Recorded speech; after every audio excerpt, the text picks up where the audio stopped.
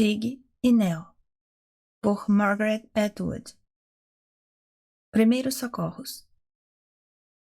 Nell chegou em casa um dia, pouco antes do jantar, e a porta estava aberta. O carro tinha sumido. Havia uma trilha de manchas de sangue na escada e, ao entrar, ela seguiu as marcas pelo carpete do corredor até a cozinha. Tinha uma faca em cima da tábua de corte, uma das favoritas de Tig, aço japonês, muito afiada, e ao lado uma cenoura manchada de sangue com uma das pontas cortada. A filha deles, na época com 9 anos, não estava em lugar nenhum. O que teria acontecido? Assaltantes tinham invadido. Tig tentou se defender usando a faca, mas como explicar a cenoura? E acabou ferido. Os bandidos fugiram com ele, a menina e o carro. Nell precisava chamar a polícia. Ou então Tig estava cozinhando, cortou-se com a faca, achou que precisava levar pontos e foi de carro para o hospital, carregando a filha para não deixá-la sozinha. Era o mais provável. Ele devia estar com pressa demais para deixar um bilhete. Nell pegou o tira-manchas e borrifou as marcas de sangue. Seria muito mais difícil tirá-las do carpete depois de secas. Em seguida, limpou o sangue do piso da cozinha e, depois de uma pausa, da cenoura. Estava em perfeitas condições. Desnecessário desperdiçar. O tempo passou e o suspense foi aumentando. Ela já estava a ponto de telefonar para os hospitais ali por perto e perguntar por Tig quando ele voltou, com uma atadura na mão. Parecia tranquilo, assim como a filha. Tinha sido uma aventura e tanto. O sangue simplesmente jorrava, disseram. O pano de prato que Tig usou para envolver o corte ficou ensopado. Sim, foi difícil dirigir, disse ele, evitando a palavra perigoso. mas não dava para esperar um táxi.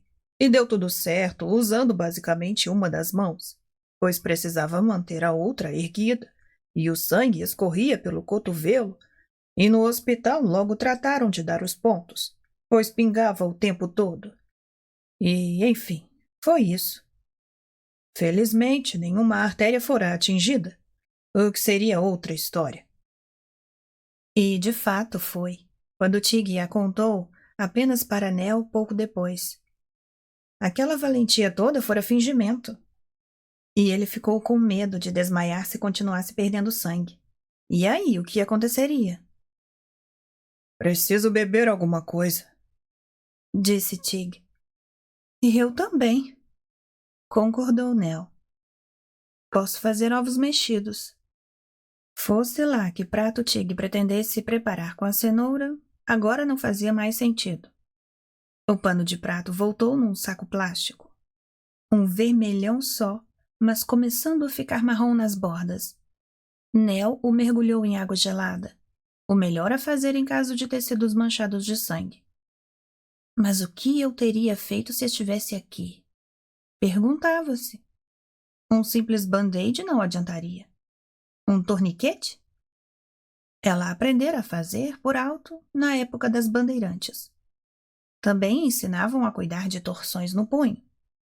De emergências sem gravidade ela dava conta, mas das graves, não. As graves eram com Tig. Isso foi há algum tempo atrás. No início do outono, ela se lembra, mais ou menos no fim da década de 1980. Na época já havia computadores pessoais, daqueles bem pesadões, e impressoras. O papel vinha com as páginas presas verticalmente umas às outras e com buracos nas laterais, em tiras perfuradas destacáveis. Mas não havia celulares, e por isso Nell não pôde telefonar nem mandar mensagem perguntando onde Tig estava e por que aquele sangue todo. Como a gente tinha que esperar, pensa ela, espera sem saber. Tantas lacunas que não dava para preencher, tantos mistérios, tão pouca informação. Agora estamos na primeira década do século XXI. O espaço-tempo é mais denso, abarrotado, mal dá para se mexer, com o ar sobrecarregado disso e daquilo.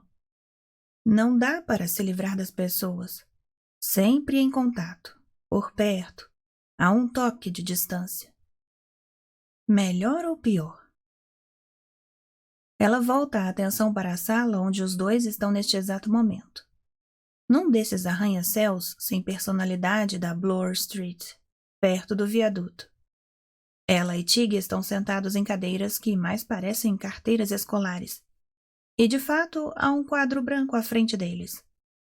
E um sujeito chamado Sr. Foote está falando.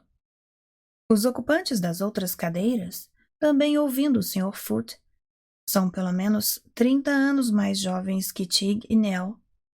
Alguns talvez sejam até 40 anos mais jovens. Crianças. Num acidente de moto, diz o Sr. Foote, não se tira o capacete do acidentado, certo? Ninguém sabe o que vai encontrar, né? Com as mãos estendidas, ele desenha círculos à frente, como se limpasse uma vidraça. Faz sentido, pensa Nell. Ela imagina a viseira toda ensanguentada de um capacete. Por trás, um rosto que já não é um rosto. Um mingau de rosto. O Sr. Foote tem um talento especial para imagens evocativas assim. Fala de forma direta, o que seria de se esperar, já que nasceu em Newfoundland. Tem uma compleição sólida, tronco largo, pernas grossas, pouca distância entre orelhas e ombros. Tudo bem equilibrado, com um centro de gravidade baixo. Não seria nada fácil derrubar o Sr. Foote. Nell supõe que já tenham tentado, em algum bar. Ele parece do tipo que se sairia bem numa briga de botequim, mas também do tipo que só se meteria em algo assim se não corresse o risco de perder. Em situações extremas, deve jogar o adversário pela janela, calmamente. Carece de manter a calma. Já disse 2 vezes. E depois checar se não quebrou nenhum osso. Em caso positivo, providenciaria uma tala e trataria os cortes e as escoriações da vítima. O Sr. Foote é pau para toda obra. Na verdade, é paramédico, mas disso só ficaremos sabendo mais tarde. Ele tem nas mãos uma pasta de couro preto e veste um moletom de manga comprida com o zíper na frente e com o logotipo da St. John Ambulance, como se fosse um treinador. O que, de certa maneira, não deixa de ser. Ele ensina primeiros socorros. No fim do dia, haverá um teste e os participantes receberão um certificado. Estão todos aqui porque precisam dele. Foram mandados por suas empresas. Nell e Tig também. Graças a um conhecido da família de Tig, os dois fazem palestras num navio de cruzeiros ecológicos. Pássaros, no caso dele, borboletas, no caso dela. São os seus hobbies. Tecnicamente, portanto, fazem parte da tripulação, e todos no navio precisam do certificado. É obrigatório, como informou seu contato no navio. O que não lhes disseram é que, em sua maioria, os passageiros, os turistas, a clientela, já estão na melhor idade para recorrer a um eufemismo. Alguns são mais velhos que Nell e Tig. Anciãos, portanto. Gente que pode desmoronar a qualquer momento e, nesse caso, haja certificado. Nell e Tig não têm grande probabilidade de salvar ninguém. Os mais jovens logo entrarão em campo. Nell está contando com isso. Se for o caso, vai se afobar e dizer que esqueceu o que precisa fazer. E será verdade. E Tig, o que fará? Vai falar: para trás, abram espaço. Algo do tipo. Todo mundo sabe, é o que dizem, que esses navios sempre têm congeladores extras, só por via das dúvidas. Nell imagina o horror de um empregado ao abrir a porta errada e dar com o olhar de pavor congelado de algum infeliz passageiro para o qual o certificado não foi suficiente. De pé diante da classe, o Sr. Foote passa os olhos pela turma do dia. A expressão no seu rosto pode ser considerada neutra, ou talvez um pouco divertida. Provavelmente está pensando: bando de molengas ignorantes, bichos urbanos. Temos de pensar no que fazer e no que não fazer. Anuncia. Vou explicar os dois. Primeiro, carece de não sair gritando feito galinha sem cabeça, mesmo se o sujeito estiver de fato sem cabeça. Só que galinhas sem cabeça não gritam. Pensa, Nell. Ou pelo menos é o que presume. Mas deu para entender. Manter a calma nas emergências, como se diz.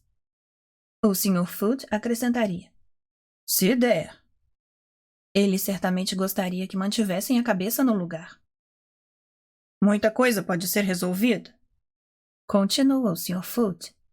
Mas se a cabeça não estiver no lugar, isso daí eu não posso ensinar, pessoal. É uma piada.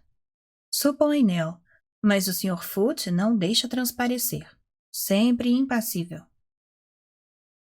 Digamos que você esteja num restaurante. Depois de tratar de acidentes de moto, o Sr. Foote passou para a asfixia. E o sujeito se engasga. O que precisa saber é: ele consegue falar? Pergunte se pode dar uns tapas nas costas dele. Se responder que sim verbalmente, a situação já não está tão ruim. Afinal, ele ainda consegue respirar, né? Mas o mais provável, muita gente se sente constrangida. Levanta e faz o quê? Vai para o banheiro. Não quer causar alvoroço. Chamar a atenção. Mas é preciso ir atrás. É preciso seguir a pessoa, pois ela pode morrer. Estatelada ali no chão, sem nem ter tempo de ver o que aconteceu. Ele faz um gesto significativo com a cabeça. Ele sabe de casos, diz o gesto. Já vivenciou essa situação? Já viu acontecer. E chegou tarde demais. O Sr. Foote sabe do que fala. Pensa, Nell. Exatamente a mesma coisa quase aconteceu com ela uma vez. Engasgar, ir para o banheiro, não querer estardalhaço. Constrangimento pode matar. Ela agora se dá conta. O Sr. Foote acertou na mosca. O passo seguinte é fazer a pessoa se inclinar para a frente. Prossegue o Sr. Foote. 5 pancadas nas costas. Capaz de o naco de carne, o salgadinho, a espinha de peixe ou o que for ser expelido ali mesmo. Caso contrário, passamos à manobra de Heimlich. O negócio é que, se a pessoa não conseguir falar, não terá como permitir nada e ainda pode começar a ficar azul e desfalecer. Não dá para esperar. Você pode até quebrar uma costela, mas ela não vai morrer, né? Ele esboça um sorrisinho, ou pelo menos é a impressão que dá a Nell. Uma espécie de contração da boca. Esse é o objetivo, né? Não morrer. Eles ensaiam a manobra de Heimlich e a melhor maneira de bater nas costas da pessoa. Segundo o Sr. Foote, a combinação das duas coisas quase sempre funciona, mas é preciso ser rápido. Em matéria de primeiros socorros, não perder tempo é essencial. Por isso são chamados primeiros, né? Não é o maldito fiscal do leão, com o perdão da má palavra. Eles podem levar o tempo que quiserem, mas vocês só vão ter 4 minutos e olhe lá. Agora uma pausa para o lanche. Ele anuncia. E depois passaremos a afogamentos e respiração boca a boca, seguidos de hipotermia. Após o almoço, ataques cardíacos e desfibrilador. Muita coisa para um dia só. Afogamentos são muito simples. Primeiro é preciso tirar a água dos pulmões. Vai ajudar se você fizer uso da gravidade, né? Vire a pessoa de lado para esvaziar, mas tem que ser rápido. O Sr. Foote tem experiência com afogamentos, passou a vida inteira perto do mar. Vire a pessoa de barriga para cima para limpar as vias respiratórias. Cheque a respiração.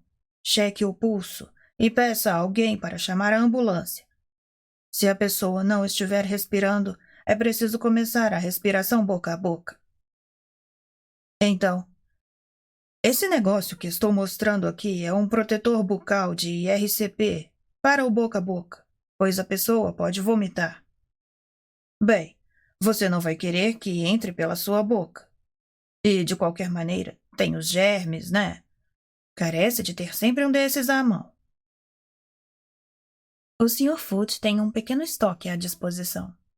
Podem ser comprados no mesmo dia. Nell decide comprar um. Como é que conseguiu viver até hoje sem um protetor bucal? Absurdo! Para a prática do boca a boca, os alunos são divididos em pares e recebem um torso de plástico vermelho com uma cabeça branca e careca inclinada para trás, e uma esteira de yoga para ajoelhar enquanto os dois salvam a vida do boneco. Aperte as narinas, cubra a boca com a sua, sopre 5 vezes, enchendo o peito de ar, e pressione 5 vezes a caixa torácica. Repita.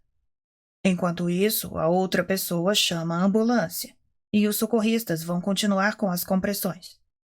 Elas podem ser cansativas, deixam os punhos doloridos. O Sr. Foote percorre a sala, verificando a técnica de cada um. Está no caminho certo. Tig alega que, como já está ajoelhado na esteira, Nell terá que chamar a ambulância para levantá-lo do chão, considerando-se o estado dos seus joelhos. Nell esboça uma risadinha com os lábios na boca de plástico, comprometendo o salvamento.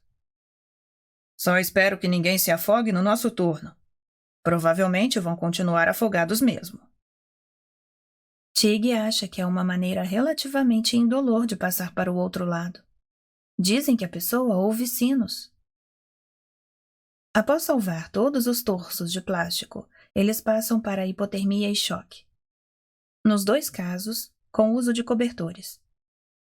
O Sr. Foote conta a história impressionante de um sujeito que foi para uma estação de esqui e saiu do chalé para urinar sem lanterna, em um terreno coberto por uma espessa camada de neve.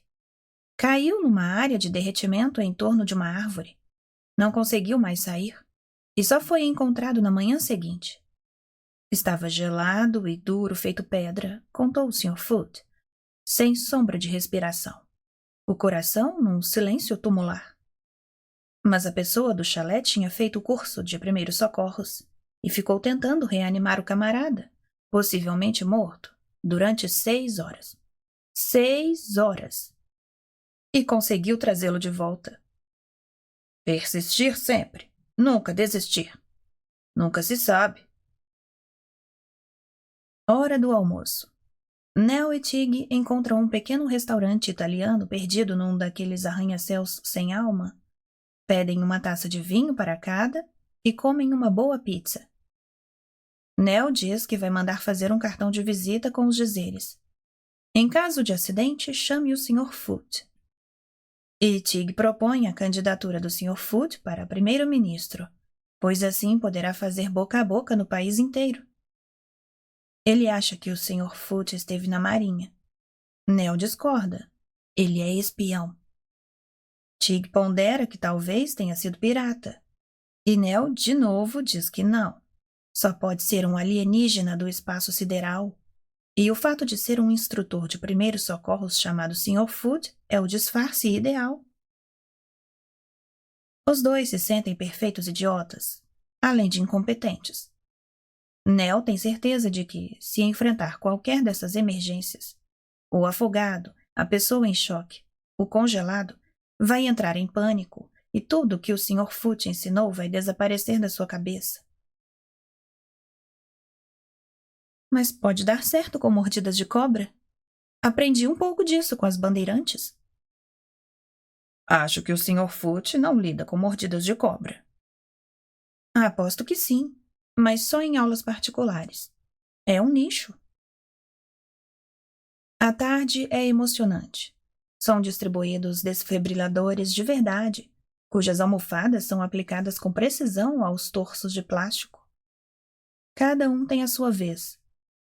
O Sr. Foote explica como devem evitar desfibrilar-se acidentalmente. O coração pode se confundir e decidir parar. Morrer de autodesfibrilação não seria nada digno? Pior seria morrer enfiando um garfo na tomada. Verdade. É preciso ter cuidado com isso com crianças pequenas. Chega o momento do teste. O Sr. Foote garante que todo mundo vai passar. Dá dicas escancaradas das respostas e pede que levantem a mão se não entenderem alguma pergunta. Receberão os certificados por e-mail, anuncia, fechando a pasta de couro preto. Com alívio, imagina, Nell. Mais uma fornada de imprestáveis saindo da fábrica, e queira Deus que nenhum deles se envolva em alguma emergência de verdade. Nell compra um dos protetores bucais de RCP. Queria dizer ao Sr. Foote que gostou das suas histórias, mas pode parecer tolice, como se fosse mero entretenimento, como se não o levasse a sério. Ele poderia se ofender? Diz então um simples obrigada e ele responde com um aceno de cabeça. Já em casa com Tig, no dia seguinte, ou talvez 2 dias depois, ela faz um apanhado das experiências de risco de vida pelas quais já passaram, ou de experiências que ela temia serem de risco. Até que ponto podia se considerar preparada? A vez em que a chaminé de metal provocou um incêndio por baixo do telhado, e Tig teve que subir e rastejar no vão, quase sufocando na nuvem de fumaça, para jogar baldes d'água no forro. E se ele tivesse desmaiado lá em cima, asfixiado? Depois do incidente, Tig comprou uma manta anti-chamas e sempre havia extintores de incêndio em todos os andares de todas as casas onde moraram. Ele se preocupava até nos hotéis, certificando-se da localização das escadas por via das dúvidas. As janelas também. Podiam ser abertas? Cada vez mais os hotéis passaram a ter janelas herméticas, mas talvez fosse possível quebrar o vidro, com o braço protegido por uma toalha. Mas de nada adiantaria se a janela fosse muito alta. A vez em que Tig disparou todos os alarmes de incêndio num hotel de 30 andares ao acender um charuto bem embaixo do sensor de um corredor. Os dois desceram os lances de escada em uma corrida desabalada e saíram pelo saguão cheio de bombeiros, fingindo que não era com eles. Esse evento não teve muito risco, nem chegou a ser constrangedor, já que não foram descobertos. A vez em que estavam na estrada e se soltou à frente deles a carga de um caminhão madeireiro. As tábuas iam caindo, quicavam no asfalto e eram projetadas longe. Por pouco não os atingiram. E no meio de uma nevasca ainda por cima, não adiantaria nada saber fazer a boca. A vez em que faziam canoagem nos grandes lagos e a canoa foi virada por uma onda traiçoeira, provocada por um navio a vapor. Nenhum risco de vida, estavam perto da praia. A temperatura da água era boa. Apenas se molharam, nada mais. A vez em que Tig chegou aos berros no quadriciclo, rebocando uma carreta cheia de madeira que cortara com a motosserra, com o sangue escorrendo pelo rosto, de um ferimento no couro cabeludo que nem tinha percebido. Nenhuma vida em risco. Ele nem se dera conta. Está escorrendo sangue no rosto dele, disse Nela às crianças, como se elas não estivessem vendo. Sempre tem sangue escorrendo no rosto dele, retrucou uma delas, dando de ombro. Para elas, ele era indestrutível. Devo estar cheio de sangue, disse Tig com um sorriso amarelo. Onde diabos teria esfolado a cabeça? Não foi nada que merecesse muita atenção. No minuto seguinte, ele estava descarregando a madeira e logo depois a serrando. Já estava seca, andara ceifando árvores mortas. E aí, paf! Enchendo a caixa de lenha para a fogueira. Nessa época, eles levavam a vida no modo acelerado. As caminhadas que faziam quando não havia celulares. Nenhum dos dois pensava em grandes riscos. Será que sequer levavam um kit de primeiros socorros? Talvez curativos para bolhas, pomada antibiótica, analgésicos. O que teria acontecido se um deles torcesse o tornozelo, quebrasse a perna? Talvez nem dissessem a alguém onde iam. Certo outono, por exemplo, num parque nacional. Mau tempo, neve e gelo antes da época. Caminhando pela floresta de faias amarelas e douradas, com suas enormes mochilas de viagem, sondando a superfície de lagos congelados com os bastões de marcha, consultando mapas de trilhas e divergindo sobre os caminhos a seguir, comendo tabletes de chocolate e parando para almoçar, aboletados em troncos caídos, devorando fatias de queijo, ovos cozidos, nozes e biscoitos. Um cantil de rum. Tig já tinha problemas nos joelhos, mas ainda assim encarava as caminhadas. Atava bandanas em torno de cada um, acima e abaixo. Por que insiste em caminhar? Perguntou um médico certa vez. Para dizer a verdade, você nem tem joelho. Mas isso foi muito depois. Naquele ano circulava uma lenda urbana sobre um perigo rondando as trilhas, segundo a qual, na temporada de outono, exatamente a daquele momento, os alces machos sentiam atração sexual por fuscas. Andavam saltando do alto dos penhascos, esmagando carros e motoristas. Nell e Tig acharam que era uma enorme besteira, mas acrescentavam um provavelmente. Afinal, as coisas mais estranhas podem mesmo acontecer. Montaram a barraca numa área agradável, prepararam o jantar no fogareiro a gás de uma boca, penduraram os recipientes de comida numa árvore a alguma distância, para se prevenir dos ursos, e se enfurnaram nos sacos de dormir gelados. Nell ficou acordada, repetindo sobre o fato de a barraca, com sua forma abobadada, parecer um bocado com um fusca. E se um alce aparecesse no meio da noite e pulasse em cima deles? E se ficasse furioso ao descobrir o erro? Todo mundo sabe que os alces ficam enfurecidos na época do acasalamento. Podia ser um risco sério. Na luz clara do amanhecer, a possibilidade de serem esmagados por um alce já parecia remota. Não propriamente um risco de vida, exceto na cabeça de Nell. No ano seguinte, um casal que fazia exatamente aquela trilha morreu atacado por um urso e foi parcialmente comido na barraca. Tig ficou achando que tinham escapado por pouco. Começou a ler em voz alta para Nell, à noite, um livro chamado Ataques de Ursos.